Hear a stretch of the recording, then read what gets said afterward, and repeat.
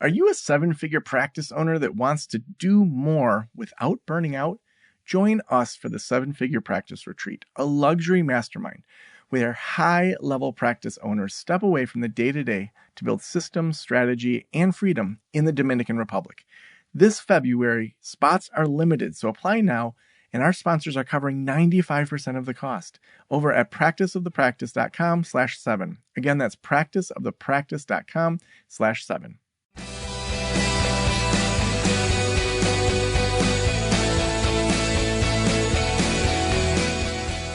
This is the Practice of the Practice podcast with Joe Sanok, session number 1265.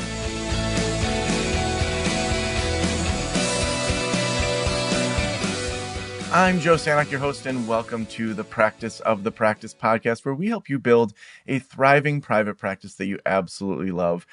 We meet with so many thought leaders, people in the business world, the marketing world, the website world, but we also talk to people clinically. But honestly, I do this show because I'm a curious person. I am someone that never stopped as a child asking, well, why do we do that? And so we're doing a series coming up here where we're going to be interviewing different thought leaders, politicians, people that are thinking about the United States, thinking about the globe, thinking about collective trauma from a psychological lens or a political lens. And I'm really excited about some of the people that I'm going to be talking with. Our own Senator Debbie Stabenow is going to be joining us at some episodes in the future. And we're working hard to find other thought leaders from around the world to dig into these types of things. So I'm so excited to have Dr. Thema Bryant with me today. Dr. Thema is a psychologist, author, professor, sacred artist, minister who is leading the way in creating healthy relationships, healing traumas, and overcoming stress and oppression. Dr. Thema is the author of the recently released book, Matters of the Heart from Penguin Random House, which aims to empower readers to connect with themselves and to others, delving into topics such as control issues, emotional unavailability, practical activation activities, case studies, and teaching how to shift mindset. Dr. Thema completed her doctorate in clinical psychology at Duke and her postdoctoral program at Harvard's Medical Center Victims of Violence program.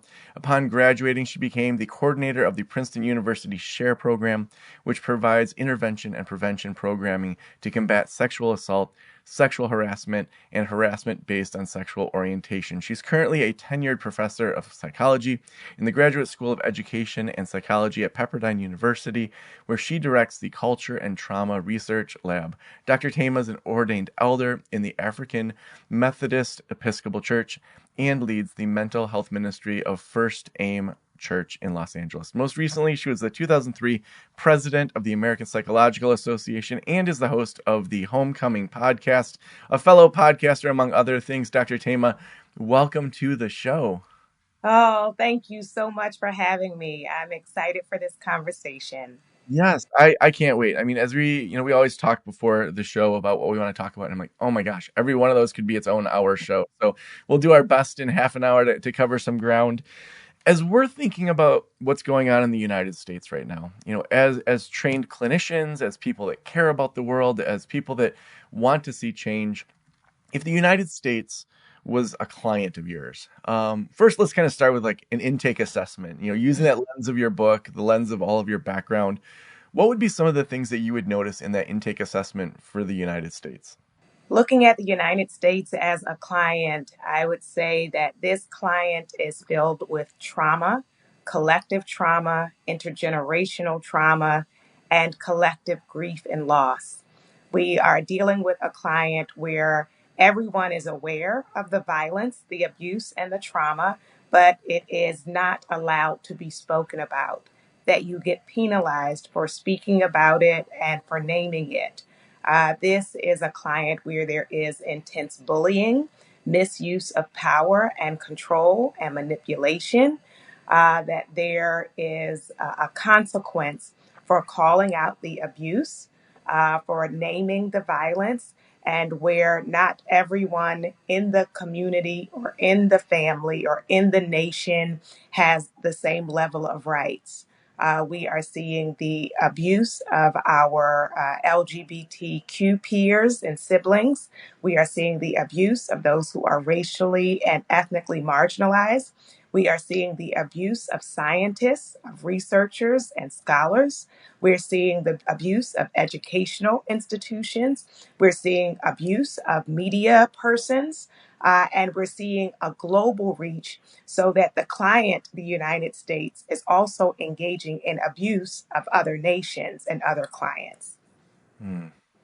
It's one of those things where it's interesting when you look at from a nation's perspective, when there's people that are on the underside of power and then they sometimes get power, that instead of healing and growing and saying, how do we not be how our oppressors were, that it just repeats itself. And in seeing that, when you view yourself as the underdog for so long, and then finally you become this global superpower, and you haven't really matured. I was just in Ireland with my partner, and to be in a culture that is thousands of years old. The Celtic people have been there for a really long time. We met a guy, our bus driver, who his family had been on this stone island for 1500 years. And it's like there's a different sense, almost like when you think of nations as people, it's like that's someone that's maybe like in their 40s or 50s or 60s that has that elder mindset, those older cultures. Whereas, the United States is so young, it's like a teenager oftentimes. Mhm. So when you think about this collective trauma and the lack of kind of people being able to speak up and name it and then work on it, like how do you see that manifesting? I mean, these are questions that in and of themselves, each question could be an entire podcast and our entire podcast. So we are oversimplifying very complex issues by having this be a half-hour podcast. I want to just name that. But when you see that collective trauma and that history, like where are you seeing it actually be named and addressed? And how does that look different than communities where it's not being named and addressed? Yeah. So, first, I want to name when we talk about historical and intergenerational trauma that the trauma we're seeing is actually not new. That when we look over the course of the history of this client, the nation, throughout its history, it has engaged in abusive behaviors. And what is happening now is not spontaneous, it's not impulsive, it is premeditated. So it has been intentionally developed over decades. With people who perceive themselves to be losing power and control to intentionally uh, become devious or remain devious in creating plots and plans in order to regain power by any means necessary, including violence, including false incarceration, including illegal deportations. So it is planned, premeditated, and as is often the case, it is about power and control. Hmm. So people who desire political power and control, financial power and control, and even cultural power and control of the narrative, wherein many have then said it is illegal to speak about the history of the client. As Hmm. you think about a client you're trying to work with to heal and restore, one of the things we know is for therapy to be effective, there has to be a motivation, right? People have to be motivated for change. There are people, both those who are being abused and marginalized, who want change. But I will say there are also people in this nation who have privilege, who also feel out of alignment with what is happening and are motivated for the nation to change. Simultaneously, there are those who don't want the abusive behavior to stop, who feel like it is justified, who are celebrating it, who consider it a win. So then we have that conflicted mindset, those who want transformation and those who want the status quo. I mean, I think one of the things as therapists, as we look at this nation, it's like what can we do? We talked a little bit about liberation psychology, and looking at this collective grief. Um, let's talk about modalities like liberation psychology, and what that is. Some people that might be a new term, and what we as therapists can do when we feel like our hands are tied. I'm not going to run for Congress. I'm not going to, I'm going to be at marches, or I'll be, standing up when I see things. But also, I think a lot of people feel helpless right now, and maybe even don't know the checklist of things that they can do to help this client. So we would love to have you talk a little bit about kind of the liberation side, and then get into like what kind of treatment could we give this nation. Yeah. So with liberation psychology, it's a critical psychology which recognizes that unfortunately, traditional or Western psychology or European and North American psychology has overemphasized the individual and underemphasized context. So when we overemphasize the individual, then we say all you need to do is shift your cognitions. And if the individual members of the nation just think positively and regulate their own emotions, then everything will be fine. So, from a liberation standpoint, we would say that our symptoms of distress make sense given the context of what we are living through. So, first of all, for us not to mute or medicate our distress, or ignore it or suppress it, but to say your outrage makes sense, your anxiety makes sense, your despair, even the hopelessness that many are feeling makes sense given what we are seeing and experiencing. And then the piece of hope of can things be different? And to know that that transformation is actually possible. If we look at the nation as an historical framework, then we understand the pushback that we are experiencing, the push to go back to the past, is as a result of the progress that had been made. And so there have been advances made before. There's been effective resistance before. So a part of what can feed our hope is the reminder that this is not the first time that power abuse, that violence has taken the lead. And so, just as it was dismantled before, it can be dismantled again. I like to remind people that oppression is interdisciplinary. So, it attacks all of our various systems. And so, as a result, the resistance to oppression needs to be interdisciplinary. So, there will be those who combat it in their parenting to raise children who stand against oppression. There are artists who will do what we call artivism, use their art to make statements of activism.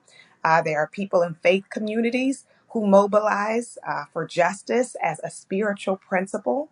And there are those of us in the field of psychology that work not only for individual or family change, but collective change and group change to apply what we know about community psychology and political psychology to shift the tide. Mm. I love those examples. I would love to hear, are there stories that you're hearing of people doing artivism, or parents, or that you're seeing in the psychology community, like being APA president during such a unique time? I'm sure you heard so many stories of people using what power they have to try to stand up against oppression and things like that. What are some of those stories that inspire you in this movement? Yes, absolutely. Which it's not a coincidence that we have also seen artists being attacked, right? Sometimes people will dismiss the arts as like it's flimsy or not to be taken seriously, but there would not be strategic efforts being made nationally and globally to silence artists, including acts of violence and false imprisonment against those who, especially now with social media, can spread their art even further. So it really just by a post that goes viral, we can share our music. We share it in terms of the stories that choreographers are telling through dance. We spread it in terms of visual arts. As someone who looks at sexual violence, I think about the Clothesline Project and the Take Back the Night March. So these visual efforts in order to communicate another message. When we've had marches and protests, looking at the signs that people create, we can think of those signs as Oh man, art, some right? of They're those amazing. grandmas with their wittiness, I just like, Yes, oh my yes. word, you pondered that sign.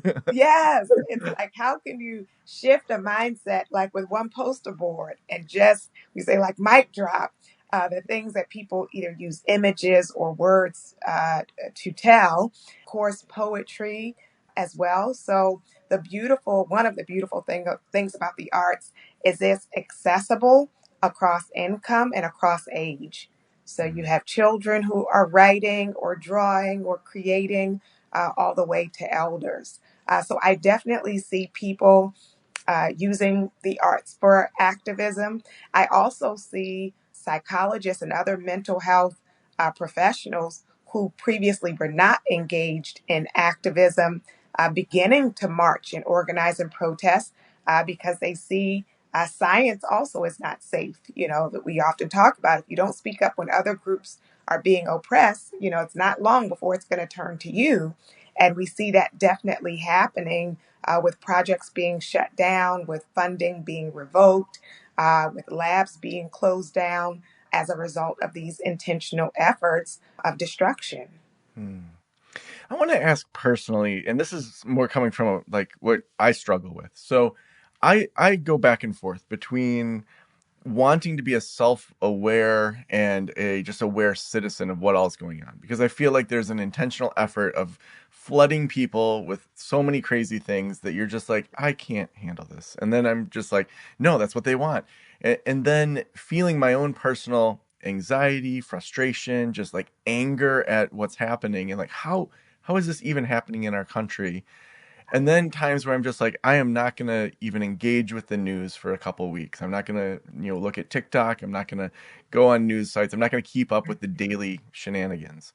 How do you personally handle that? Like, we're both coming from a place of wanting to be engaged, wanting to change, and we have our own personal lives and personal grounding. And it's like when I am not paying attention, I feel guilty because I feel like, you know, if I lived in the middle of Nazi Germany and I was like, no, I need to go for a walk every day, it'd be like, you realize what's happening. So how do you handle kind of how much you're aware of what's going on compared to your own just sense of staying grounded, staying kind of who you are as a person? Yeah. One of the frameworks that was really helpful for me was laid out by journalist and attorney Sherlyn Eiffel. And what she said is, you know, the chaos and the confusion is an intentional strategy meant to overwhelm us, to make us feel hopeless and powerless. And so what she advised is like picking your lane and staying in your lane. So there are weekly things that are going to be happening in all different lanes, but I'm not an expert on everything, right? Mm, So then, some people say a part of like what needs to be happening is the legal front. I'm not a lawyer, so I don't, know the arguments for that. So I have to trust that those who are like-minded, who work in the area of law, are going to handle like their lane. And then I'm going to focus on, what's happening around mental health. One of my areas is racism and sexism. So, like the things I know the most about, for me to push my energy toward fighting those fights while I have a collective commitment to all the fights, like that the thing I can do best is what I know best. And mm, so for us to allow ourselves to do that, and then in terms of the exhaustion, the fatigue, which is real, the way I think about it is like if we could eliminate oppression by this November, I would say all hands on deck, like no sleeping, yeah, yeah. don't watch TV, don't like, let's just like knock this thing out. But we know by the nature of oppression that this is a long term fight, really is a lifelong commitment. And so what that means is I give myself permission to rest but not quit, right? Mm, So there will be pacing involved. There are times when I'm like full speed ahead and I'm just going to like do the most. and then times where I rest and restore, but also trust and put in position people who can do the work. So one of my greatest sources of encouragement is my referral network. When people are like, we want someone who can quote unquote speak like you, or I want a therapist like you. Like, I can't take all these clients, but I know a number of people who are like minded, who are speakers or who are therapists. And so making those recommendations as opposed to believing that I carry the weight of the world on my shoulders alone. Yeah.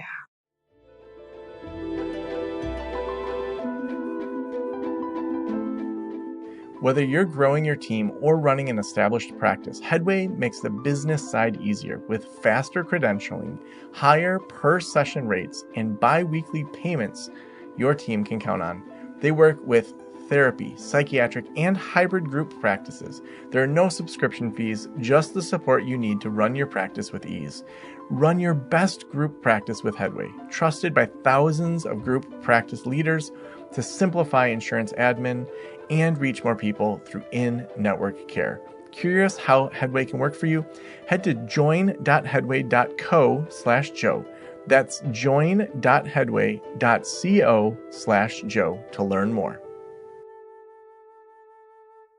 So many great reminders in there. I love that pick your lane, to really intentionally say and I'm a single dad with 80% custody, raising two Yeah. girls. And I feel like when it was so affirming when you said, a parent raising kids to push back. And I remember I was just talking to my cleaning person this morning. We were chatting about this where we were talking about the state hospital system. And Yeah. this last school year, my daughter was in a social studies class and her teacher was talking about state hospitals and how they were so great and how people could go into them and leave and like it helped all these people and it was a safety net for the community. Well, we had just been to Kalamazoo Valley Community College's museum down in Kalamazoo, and they had a whole thing about how women disproportionately were put in there for being, quote, hysterical, and that people of color were put in there against their will, and all these things where she ended up writing, and she asked my help for it, but it was like she wanted to push back.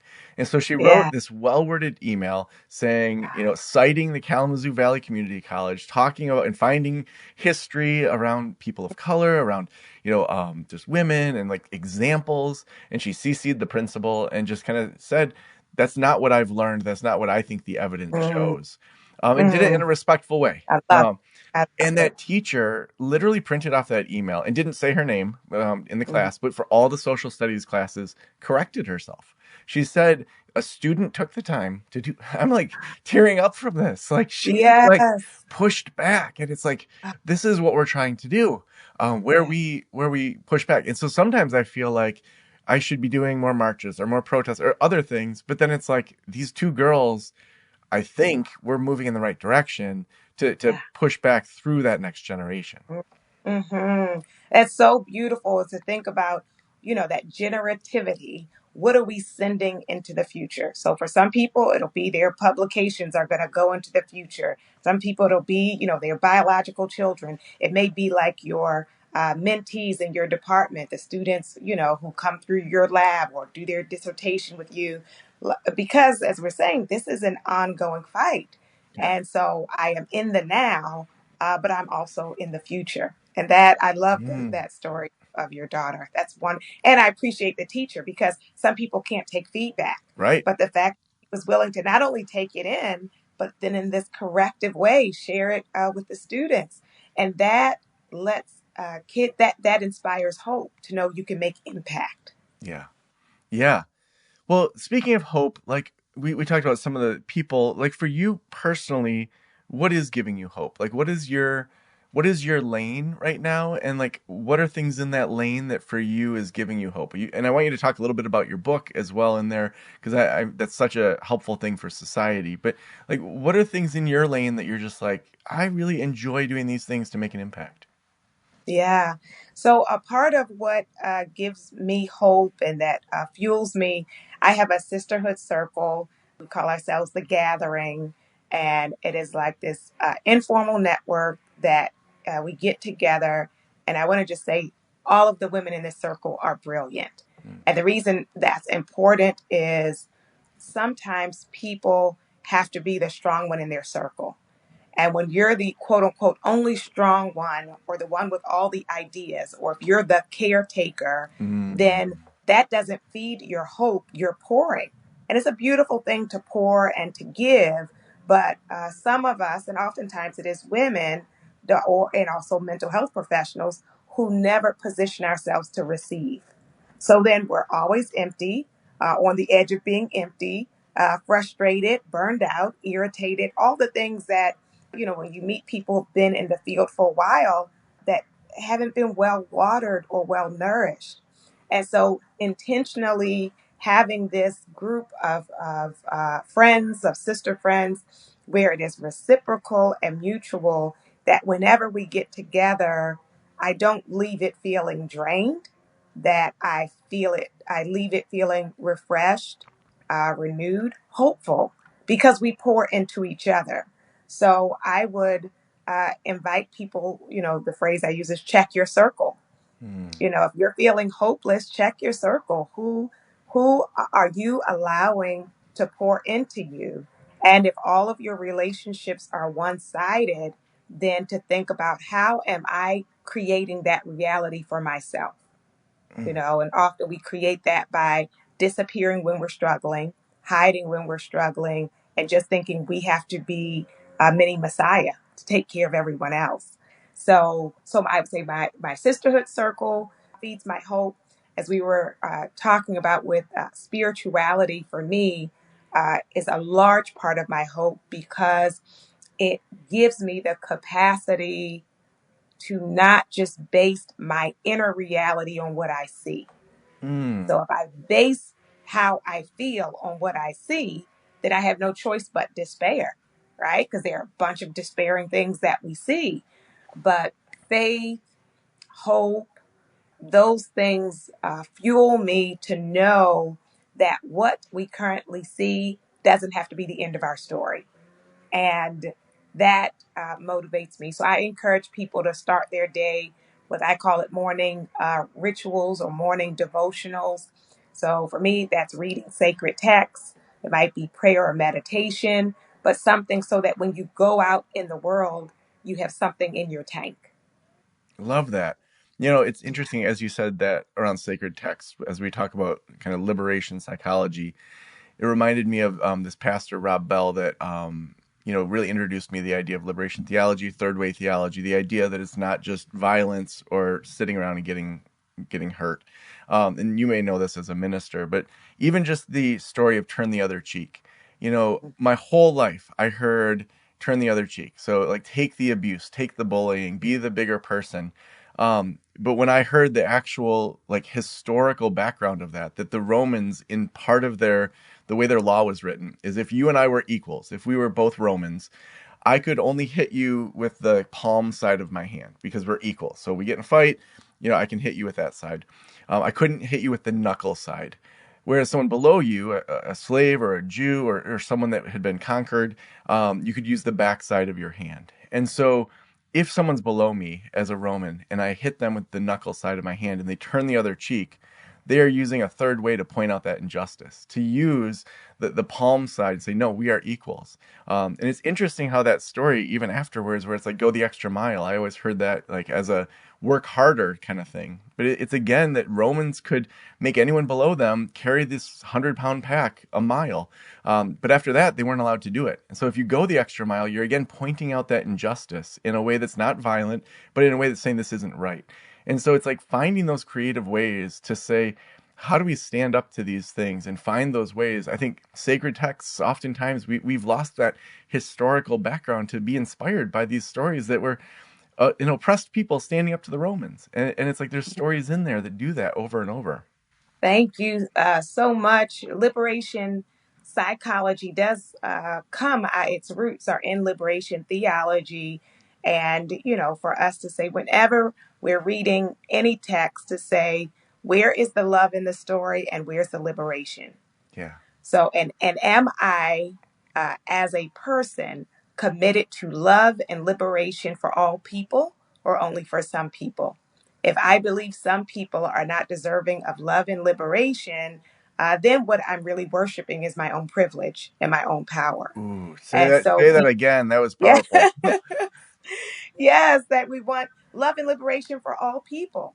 If I only want it for selective people, for myself, my group, and the few that I deem to be worthy, then I'm only really worshiping myself. Mm, And so we want to be intentional of, can I see the sacred in people who don't look like me, talk like me, worship like me, live like me, dress like me? Do I see them as sacred, or do I only love my own reflection? mm. So amazing. I'm going to ask a question that I know is simplifying a huge topic of what we're discussing. If you were in charge, you could, whether it's in grad schools or whether it's, across the nation, you pick where you're in charge. What are, say, 3 or 5 bullet points that you would say would be clicks towards a healthier nation? Not necessarily solving it all, not fixing it all, but these are 3 to 5 things that if we all kept in mind, that we listen to Dr. Thema, that we focus on that, like what would be those 3 to 5 things that you'd say, like, keep this in mind? Yeah. So I would say, if this is for training programs, like what training programs should do in order to shift the nation. Sure. Yes. Yeah. Answer however you want. Okay. Then one of those things I would say is preparing mental health professionals to be engaged in advocacy, to not see our role as something that is devoid of policy or politics, but that actually our science should inform our engagement around policy. So even if you're going to be a researcher, to say, what are the policy implications of this study? And to train people to do that around critical thinking and application, for us to be intentional in terms of thinking with our clients about self advocacy. If they're facing an issue on their job or with their children in school, that it's not only about them regulating their emotions, but we regulate or calm ourselves so that then we can take action. So to be intentional about incorporating advocacy in every area of our work: research, practice, education, training. Those will be one of the key elements. In addition to advocacy, I would say for us to be intentional about immersing uh, our current scholarship. A way we can think about it is decolonize the curriculum. Hmm. So, who is it that we have our students read? If we tell people that these are the great minds of psychology, and all of the great minds of psychology are all men, or all of the great minds of psychology are white women, right? So we say, okay, we've got women, but they're all white. So when we decolonize the curriculum, it's not because we're just doing a favor to underrepresented groups. It's so that we can have a more accurate and full and relevant psychology. If not, we have a fraction of psychology. We don't have a whole psychology. So incorporate policy, decolonize your curriculum intentionally, not only around race and gender, but around every identity. And then the third one I would say is our own wellness. So in my book, Matters of the Heart, the first section is about healing your relationship with yourself. And then we go on to heal our relationship with others. Many of us don't have a good relationship with ourselves, and then that bleeds into how we treat others. So, to go back to our metaphor of what's happening with this nation, the people who are hungry for power, control, wealth, and are willing to abuse others to do it are not really well within themselves. And so we want to be intentional about pushing back against self neglect, self abandonment, self awareness, because even as mental health professionals, we can become a part of that, of abandoning ourselves for the sake of the greater good. But then out of our own self neglect, we are bringing dysfunction. That's why you go into some mental health clinics and it's very toxic. You go into some psychology departments and it's very toxic because the individual also is not well, and then they come and poison the collective. Wow. I want to go back to that where you said, the great minds. And I'm sure that there are hundreds we could list, but who are some of the great minds that you feel their voices need to be elevated, that, really are some of the great minds that would add that deeper fabric? Certainly.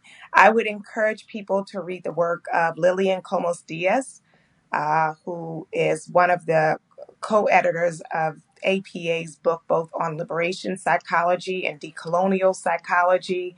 I would encourage people to read the work of Shelley Harrell, especially people who are interested in humanistic psychology and interested in mindfulness, that she comes at it from a standpoint of culture and an authentic, holistic approach. I would encourage people to read the work of Hector Adames, who talks about radical healing, writes in community with others about what radical healing looks like. Helen Neville as well. So there are, as you have said, many others.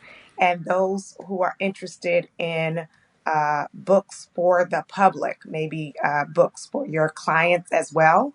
I would look at the work of Dr. Jaya John, who writes in an accessible way about psychological themes, but that the general public can receive. Mm.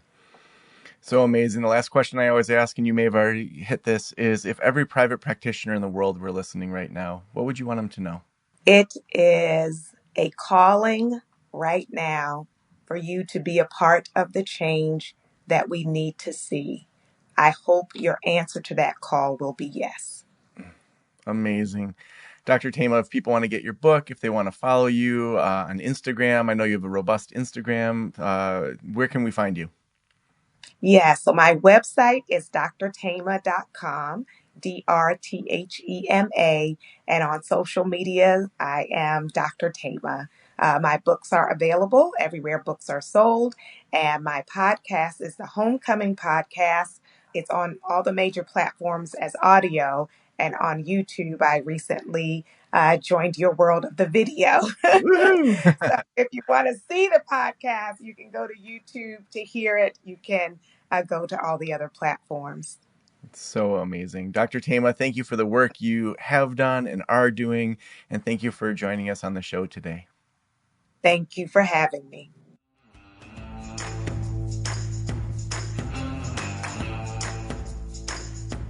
Well, what an amazing interview. I'm not even going to try to summarize it because I wanted to have extra time with Dr. Thema. And so I do want to thank our sponsor today. Today's sponsor is Headway.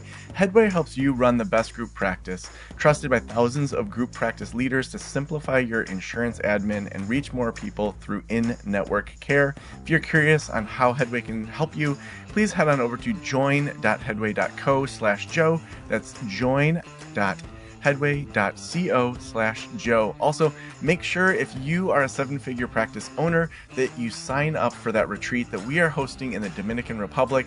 We're just charging you the admin fee because we are partnering with Headway to put on this amazing event for you and other seven-figure practice owners. You can find more information out over at practiceofthepractice.com. Thank you for letting me into your ears and into your brain. Have a great day. I'll talk to you soon. Special thanks to the band Silence is Sexy for that intro music, and this podcast is designed to provide accurate and authoritative information in regard to the subject matter covered. It is given with the understanding that neither the host, the producers, the publishers, or guests are rendering legal, accounting, clinical, or other professional information. If you want a professional, you should find one.